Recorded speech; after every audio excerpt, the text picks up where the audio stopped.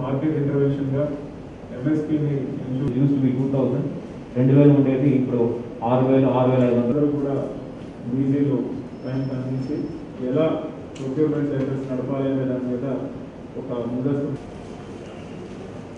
ఈ రూల్ చేయడానికి గొడౌన్స్ అన్ని కూడా వెకేట్ చేయాలి. ఈ ప్రొక్యూర్మెంట్ సెంటర్ స్టార్ట్ చేయాలనే ఉద్దేశంతో జిల్లా యంత్రాంగం అందరూ కూడా ముందుకు ఇంటర్వెన్షన్ అవసరం అనుకునే పరిస్థితుల్లో రిక్వెస్ట్ సపోర్ట్ అలాగే జరపండి. చాలా వరకు ఇష్యూస్ సోషల్ ఆడిట్లే మనకు రిజాల్వ్ అవుతుంది. ఇంకా వాళ్ళకు అక్నాలెడ్జ్మెంట్ కూడా ఇవ్వాలి. ప్రతి ఒక్క రైతుకు టార్గెట్ ఇచ్చి ప్రతిరోజు టార్గెట్ రివ్యూ చేస్తూ ఏ కులమైనా 40 కోట్ల దాకా వాళ్ళు బ్యాంక్ గ్యారంటీలు ఇచ్చారు sir. 43,000 out of 1,04,000 acres sir. So balance almost 20% they have done sir. Balance ఇక్కడ I will just give a brief on the previous season sir. ఇప్పుడు గడచిన రబీ సీజన్ లో ఎవరి పేరు మీద అయితే ఏ సర్వే నెంబర్లో ఎంత విస్తీర్ణంలో ఏ పంట వేశారు ఏ సీజన్ ఆదేశాల మేరకు మొదటి శుక్రవారం ఆర్బీకేలో, రెండో శుక్రవారం మండల స్థాయిలో, మూడో శుక్రవారం జిల్లా స్థాయిలో వ్యవసాయం ఎలా లాభసాటిగా మార్చాలి, రైతులకు ఎటువంటి అవసరాలు ఉంటాయి, ప్రభుత్వం అందించే పథకాలు వారికి ఎలా చేరవేయాలి, ఈ అన్ని అంశాలతో పాటు మనం స్థానిక పరిస్థితులు బట్టి ఎటువంటి మంగళాలు వాడాలి, ఎలా సాగు చేయాలి అనే అంశాల మీద చర్చిస్తూ వస్తున్నాము. ప్రత్యేకమైన పరిస్థితుల్లో మన నెల్లూరు జిల్లాకి రాష్ట్రంలో ఎక్కడా లేని పద్ధతిలో వరి విస్తారంగా పండే ఈ మాగాణి ప్రాంతంలో గడిచిన 2 సంవత్సరాలుగా రైతాంగానికి ఎటువంటి నష్టం చేకూరకుండా ఈ ఎడగాల్లో పండిన వరి కూడా ప్రభుత్వం కొనుగోలు చేస్తూ వారికి మద్దతు ధర కల్పిస్తూ రైతుకి భరోసా కల్పిస్తూ రాష్ట్ర ప్రభుత్వం ఎన్నో వెసులుబాట్లు మనకు అందించిన విషయం మీ అందరికీ తెలుసు. తప్పకుండా నష్టపరిహారాన్ని 4 రోజుల వ్యవధిలోనే అందించి గౌరవ ముఖ్యమంత్రి గారు మన జిల్లా రైతాంగాన్ని ఆదుకున్నారని చెప్పాలి. అలాగే ప్రతి సీజన్లోనూ రైతు భరోసా అందిస్తూ ఫామ్ క్రెడిట్ కానీ, ఇన్పుట్ సబ్సిడీ కానీ, లోన్లు కానీ అన్నీ కూడా టైంకి అందిస్తూ ఖచ్చితంగా ప్రభుత్వం రైతు పక్షపాత ప్రభుత్వం అనిపించుకుంటూ మనకి ఎన్నో వెసులుబాట్లు అందిస్తున్నారు. ముఖ్యంగా ఈరోజు ఈ ఎడగారు ప్యాడీ ప్రొక్యూర్మెంట్ కోసం ముందస్తుగా ఎటువంటి చర్యలు చేపట్టాలి అనే దాని మీద మన జిల్లా యంత్రాంగానికి మార్గదర్శనం చేయడానికి, అలాగే రాష్ట్ర ప్రభుత్వం నుంచి ఎటువంటి సదుపాయాలు అందబోతున్నాయనే విషయాన్ని మనకు తెలియజేయడానికి కమిషనర్ గారు చేస్తున్నారు. వారికి ప్రత్యేకంగా ధన్యవాదాలు తెలియజేస్తున్నాను. క్షేత్ర పరిశీలనలో కూడా కొన్ని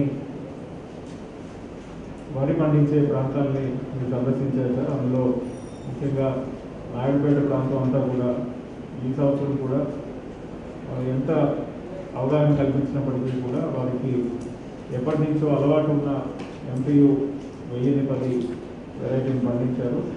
అలాగే కొన్ని ప్రాంతాల్లో నెల్లూరు 5 వెరైటీస్ కూడా పండించడం జరిగింది సార్. జిల్లా తీసుకుంటే సార్ మనకు దాదాపు 5,50,000 పైన ల్యాండ్ హోల్డింగ్స్ ఉన్నాయి సార్. దీంట్లో మార్జినల్ ఫార్మర్స్ చాలా ఎక్కువ ఉన్నారు సార్. మార్జినల్ ఫార్మర్స్ తీసుకుంటే దాదాపు 3,90,000 పైన ఉన్నారు సార్. స్మాల్ ఫార్మర్స్ 1,02,591 మంది ఉన్నారు సార్. టోటల్ జాగ్రఫికల్ ఏరియా తీసుకుంటే 32 లక్షల ఏకర్ ఉండగా మనము irrigated area 6.7 lakh acres sir. ఇది 6.7 lakh acres స్టాండర్డ్గా మనకు రబీ సీజన్లో ఆ రోజు ఉంటుంది సార్. ఈ సీజన్ ఎడగారు సీజన్ అయితే మామూలు ఏరియా దాదాపు 1,10,000 పైన ఉంటుంది సార్. ఈ సీజనల్ కండిషన్స్ని బట్టి మనకు మామూలుగా ఈ ఏరియా తగ్గుతూ ఉంటుంది సార్. ఈ సంవత్సరం మనము రెయిన్ఫాల్ తీసుకుంటే మన నార్మల్ కన్నా +29% మనకు ఎక్కువ రెయిన్ఫాల్ వచ్చింది sir. Starting from this season south west monsoon మాత్రం తీసుకుంటే సార్ మనకు 61% డెఫిసిట్ ఉంది సార్ సౌత్ వెస్ట్ మాన్సూన్లో. జూలై నెలలో ఒక 16% ఉంది సార్. స్టార్టింగ్ విత్ జూన్ నెలలో తీసుకుంటే -61% sir. In case of July 16% ఎక్కువ వర్షం పడింది సార్. ఆగస్ట్ తీసుకుంటే పాత గడిచిన 4-5 రోజుల్లో there is shortfall sir. So ఓవరాల్గా తీసుకుంటే మనకు south west monsoon starting from June, July, August ఈ 3 నెలల్లో -21% ఉంది సార్ డెఫిసిట్. అంటే వర్షం మామూలుగా నార్త్ ఈస్ట్ మాన్సూన్లో పడుతుంది సార్. మనము సోమశిల, కండలేరు 2 జలసాయం నీళ్ళని ఆధారపడి ఇక్కడ పంటలు పండించడం జరుగుతుంది సార్. 2021 ఏరియా తీసుకుంటే సార్ టోటల్ ఏరియా నార్మల్ ఇయర్లో అంటే గత 5 సంవత్సరాలు యావరేజ్ మనం తీసుకుంటే సార్ 1,62,033 ఎకరాలు సార్. ఈసారి యాక్చువల్ ఏరియా 1,31,842 తగ్గింది సార్. మామూలు ఏరియా కన్నా 19% overall including paddy, groundnut, other crops put together it is only 81% sir. ఇది మా రకరకాల కారణాల వల్ల ఇది జరిగింది సార్. మా మహిళ యథాపంలో ఎంఆర్ఓ కూడా గుర్తు పెట్టుకోవాలి.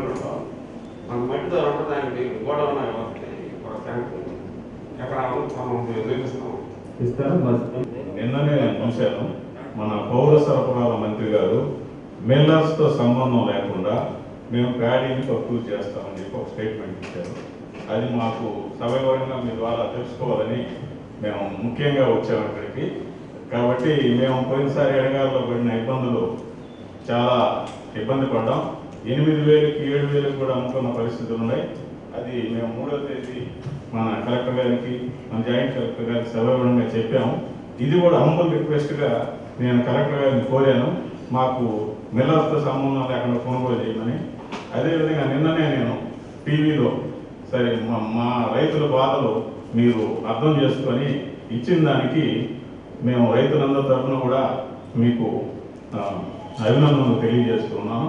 సరిగా రైతులందరికీ చాలా అవసరం.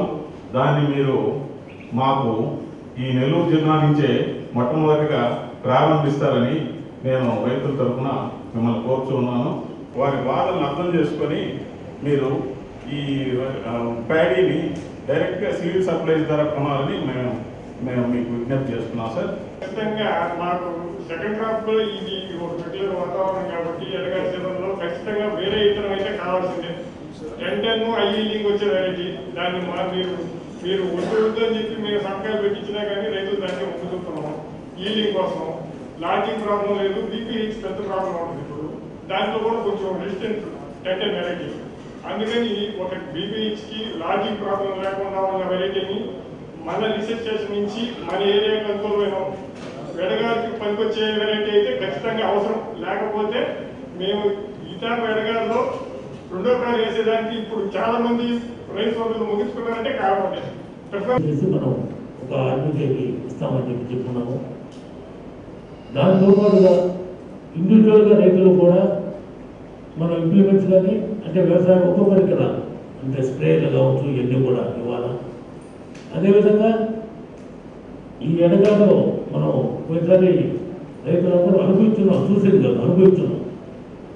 మనం చెప్పినట్టుగా ఒక్కో రైతు మొదలుపెట్టిన తర్వాత 8,000 కూడా అమ్ముకున్న పరిస్థితులు ఉన్నాయి. అదేవిధంగా తెచ్చిన ధాన్యం 1,200 కేజీలు. ఎందుకంటే మన ముందు ఒకరు చెప్తున్న రైతు కూడా, ఎందుకంటే అది బర్నింగ్ ప్రాబ్లం. 20 కేజీలు పురుగు అయితే ఎత్తుకుంటాడు, 50 కేజీలు పురుగు ఇచ్చి నువ్వు గంటసేపు ఉండగలరా? ఆ పరిస్థితి రైతుకి. వాడు ఎంతైనా సరే నేను ముందు ఆ ఒడ్లు తోలేయాలనే పరిస్థితి. మన దృష్టికి వచ్చినప్పుడు కూడా మనం అధికారులను తీసుకుపోయి కూడా మనం కొంచెం రెక్టిఫై చేసాం. ఇవన్నీ ఎమ్మెల్యే ద్వారా, మంత్రుల ద్వారా కూడా ప్రభుత్వం దృష్టికి తీసుకుపోయి కూడా మనం పోయిన ఎడగాల చట్టంలో తెచ్చి రంగుమారిన ధాన్యం అయితేనే మొలకెత్తిన ధాన్యం కూడా మన ప్రభుత్వం కొనుగోలు చేసింది. కొనుగోలు చేసిందే కానీ రైతు లాభపడింది తక్కువ. ఎందుకంటే అప్పటికే వాళ్ళు 7,000 నుంచి 8,000 కమ్మేసుకున్నారు. కాబట్టి నేను రిక్వెస్ట్ చేసేది సార్ వాళ్ళకి, మంత్రి గారు కూడా నేను రిక్వెస్ట్ చేసి చెప్పుకుని ఏంటంటే మాయిశ్చర్ ఎక్కువ ఉంటుంది ఈ ఎండాకాలం, దాన్ని ఎవరు ఏం చేయలేము.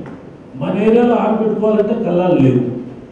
అందుకని కొంత ఏంటంటే మనం పట్టలు సబ్సిడీ మీద పట్టలు ఇవ్వాలని, అదేవిధంగా ఆ మాయిశ్చర్, ఎందుకంటే 22-23 సోలార్ చెప్పినట్టుగా 22-23 తప్పకుండా ఉంటుంది. అంటే ఈ వాతావరణం ఉంటే 20 ఉంటుంది, కానీ లాస్ట్ టైం మాదిరి ఉంటే మనకి ఎక్కువ ఉంటుంది. కాబట్టి ఆ పర్సంటేజ్ని బట్టి తగ్గించి రేట్ అయినా సరే ఇస్తే రైతులు ఎవరు ఏం బాధపడరు. రైతుకు నష్టం ఉండదు, మిల్లర్కి నష్టం ఉండదు, ప్రభుత్వానికి నష్టం ఉండదు. మేము ఫీల్డ్లో తిరగడం జరిగింది.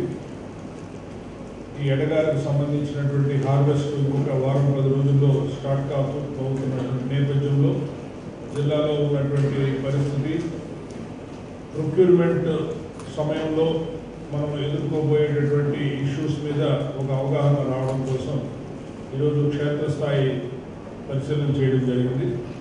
అయితే ఇంతకు ముందే జిల్లా కలెక్టర్ గారు, అలాగే జాయింట్ కలెక్టర్ గారు, ఇక్కడ ఉన్నటువంటి స్థానిక రైతు సోదరులు, అలాగే రైస్ మిల్లర్స్, ఇతర స్టేక్ హోల్డర్స్ అందరితో ఒక సమావేశం ఏర్పాటు చేసి రాబోయే ఈ ఎడగారికి సంబంధించినటువంటి ప్రొక్యూర్మెంట్ విషయంలో ముందస్తు ప్రణాళికని వారు తయారు చేసుకుంటున్నట్టుగా వారి ద్వారా అలాగే మీడియా ద్వారా తెలుసుకున్నాము. గవర్నమెంట్ స్థాయిలో కూడా స్పెషల్ చీఫ్ సెక్రటరీ గారు ఇప్పటికే జిల్లా కలెక్టర్ గారితో మాట్లాడటం, అలాగే సెక్రటరీ సివిల్ సప్లైస్ గారు కూడా జిల్లా యంత్రాంగంతో మాట్లాడి పరిస్థితుల మీద ఒక అవగాహన రావడం జరిగింది. అయితే ఇవన్నీ జరగడానికి ముఖ్యమైన కారణం ఏంటంటే లాస్ట్ ఇయర్ 2020 ఎడగారికి సంబంధించి జిల్లాలో ఉన్నటువంటి రైతులు ఎదుర్కొన్నటువంటి ఇబ్బందులు, ప్రొక్యూర్మెంట్ చాలా సవాళ్ళ మధ్యన జరగాల్సిన పరిస్థితి వచ్చింది. అంటే ఒక విచిత్రమైన పరిస్థితి లాస్ట్ ఇయర్ మీరు గమనించినట్టయితే, ఇప్పుడే మనకి చూపించారు స్లైడ్లో, దాదాపుగా 4.5 లక్షల మెట్రిక్ టన్నుల ప్యాడీని మనం రైతుల నుంచి కొనుగోలు చేసినా కూడా, అంతకు ముందు ఎప్పుడు కూడా ఆ స్థాయిలో కొనుగోలు చేసినటువంటి దాఖలాలు లేకపోయినా, చివరికి వచ్చేసరికి ప్రభుత్వం అంటే రైతులు ఆశించిన స్థాయిలో ప్రభుత్వం ఈ కొనుగోలు కార్యక్రమాన్ని నిర్వహించలేదు అనేటటువంటి అభిప్రాయం ఒక పక్కన ఉన్నటువంటి పరిస్థితి. నిర్వహించినప్పుడు ఎందుకు జరుగుతుంది ఇలాగా, మనము రైతులు నేరుగా ఈ మద్దతు ధర ఇవ్వడంలో ఉన్నటువంటి ఇబ్బందులు ఏంటి అంటే, లాస్ట్ ఇయర్ మనకు చాలా సవాళ్ళు వచ్చాయి. ఒకటి అకాల వర్షాలు, అలాగే ఆ వర్షాల వల్ల పంట నాణ్యత దెబ్బతింటం, అలాగే కొంత ప్రొక్యూర్మెంట్ ఆపరేషన్స్ని మనం మొదలుపెట్టేటప్పటికి కొన్ని ఇబ్బందులు, సమయానికి అవి తెలుసుకోకపోవడం, అలాగే అసలు ఎంత ప్రొక్యూర్ చేయాలి అనే దాని మీద కూడా ఒక ఇతమితమైనటువంటి లెక్కలు మన దగ్గర లేకపోవడం, దానివల్ల దఫదఫాలుగా ఇంకా ఇంత క్వాంటిటీ వచ్చింది, కొత్తగా అరైవల్స్ ఎంత వచ్చాయని మన ఫిగర్సే ప్రశ్నార్థకంగా ఉండే పరిస్థితి రావడం, ఇలా రకరకాలైనటువంటి ప్రాబ్లమ్స్ లాస్ట్ ఇయర్ మనకి వచ్చినాయి. అయితే ఈ అనుభవాల నుంచి పాఠాలని మనం అందరం కూడా నేర్చుకున్నాము. అన్ని శాఖల వాళ్ళు కూడా, అగ్రికల్చర్ కానీ, అలాగే సివిల్ సప్లైస్ కానీ, అలాగే జిల్లా యంత్రాంగం కానీ. సో ఈసారి కొనుగోలు కార్యక్రమంలో అటువంటి తప్పిదాలు, అటువంటి పొరపాట్లు జరగకూడదు. ఈసారి మరింత మెరుగుగా రైతుల విశ్వాసాన్ని చూరగొనే విధంగా ఈసారి ప్రొక్యూర్మెంట్ ఆపరేషన్ చేయాలన్నది అందరి ఉద్దేశం. సో ఆ మేరకి అన్ని ఏర్పాట్లు చేస్తున్నందుకు ముందుగా జిల్లా కలెక్టర్ గారిని ప్రత్యేకంగా అభినందిస్తున్నాము. కండిషన్ చాలా బాగుంది. The crop condition is very good. మంచి వాతావరణం ఉండడము, అలాగే సరైనటువంటి నీటి సౌకర్యం ఉండడం వల్ల ఈల్డ్స్ కూడా ఈరోజు రైతులతో మాట్లాడినప్పుడు దే ఆర్ వెరీ పాజిటివ్. మంచి ఈల్డ్స్ వస్తాయి, మంచి దిగుబడులు వస్తాయి అనేటటువంటి ఆశాభావాన్ని వెలిబుచ్చారు. అలాగే పెస్ట్ ప్రాబ్లం కూడా గతంలో లాగా అంత ఎక్కువ లేదు, చాలా తక్కువ ఉంది. తద్వారా పంట క్వాలిటీ బాగుంటుంది. ఎందుకంటే లాస్ట్ టైము మనం కొనేటప్పుడు ఈ బ్రోకెన్స్, అలాగే కొన్ని రకాలైనటువంటి టిప్ డ్యామేజ్, ఇలాంటి సమస్యల వల్లతో మిల్లర్లు తీసుకునేటువంటి పరిస్థితి ఉండేది. కానీ ఈసారి పంట క్వాలిటీ బాగుంది, దిగుబడి బాగుంది, కాబట్టి మంచి ఈల్డ్స్ వస్తాయని చెప్పి మేము అసెస్ చేస్తున్నాము. లాస్ట్ టైము మనకి ప్రొక్యూర్మెంట్ టైంలో ఎదురైనటువంటి సమస్యల నేపథ్యంలో జిల్లా యంత్రాంగం ఇప్పటికే కొన్ని ముందస్తు చర్యలు చేపట్టింది. బ్యాంక్ గ్యారంటీస్ తీసుకోవడం కానీ, గోడౌన్ స్పేస్ ఐడెంటిఫై చేయడం కానీ, డిపార్ట్మెంట్ ఆఫ్ అగ్రికల్చర్ తరఫున ఈ క్రాప్ అనేది మనం పకడ్బందీగా చేసి రాబోయే 2 వారాల్లో మొత్తం జిల్లాలో ఉన్నటువంటి ప్రతి రైతు ఎవరైతే ఉన్నారో వాళ్ళు వేసినటువంటి పంటల విస్తీర్ణం అంతా కూడా ఈ క్రాప్లో నమోదు చేసి వారికి ఒక రిటర్న్ ఎక్నాలెడ్జ్మెంట్ కూడా ఇచ్చి వారికి ప్రొక్యూర్మెంట్ టైంలో ఎటువంటి ఇబ్బందులు కలగకుండా చేయడానికి కూడా మరి డిపార్ట్మెంట్ చర్యలు తీసుకుంటుంది. ముఖ్యంగా ఈ జిల్లాలో ఉన్నటువంటి ఒకే ఒక సమస్య ఈ 1010 ఏదైతే వెరైటీ మనము దాన్ని వద్దని చెప్పినా దాన్ని డిస్కరేజ్ చేసినా సరే దాదాపుగా 38,000 ఎకరాల్లో రైతులు ఈ రకం వేసుకున్నారు. వాళ్ళకున్న కొన్ని కారణాల వల్ల దాని దిగుబడి బాగుంటుందని లేదంటే ఈ చీడపీడలను బాగా తట్టుకుంటుందనే ఉద్దేశంతో అయినప్పటికీ దానికి మార్కెట్ చాలా డల్గా ఉంది. ఈ రోజున అది పీడిఎస్ కూడా పనికిరానటువంటి పరిస్థితి. సో ఈ రోజున ఆ 38,000 ఎకరాల నుంచి వచ్చేటటువంటి 1,15,000 టన్నుల ఈ వెరైటీ ధాన్యం కొనుగోలు ప్రభుత్వానికి ఉన్నటువంటి ఒక పెద్ద సవాల్ ఇప్పుడు.